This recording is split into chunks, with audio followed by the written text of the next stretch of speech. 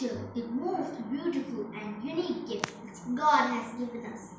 Nature, which is composed of all life forms, exhibit a life in itself. The trees, the animals, both wild and cute. The fast-flowing rivers provide a soothing effect to the downtrodden and motivates us to be stronger and unique in our way. I consider my friendship with nature a special and a unique one. I love beaver ants for their skill. The way which they make their nests are so fascinating, and I often spend time admiring them. And I also like the most deadliest animals, snakes. They are such beautiful animals.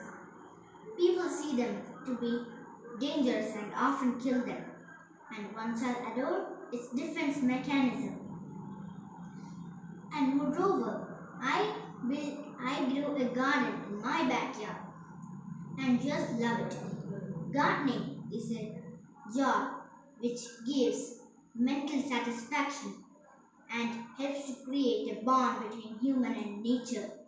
But sadly, we humans are destroying nature. We are invading her the residence.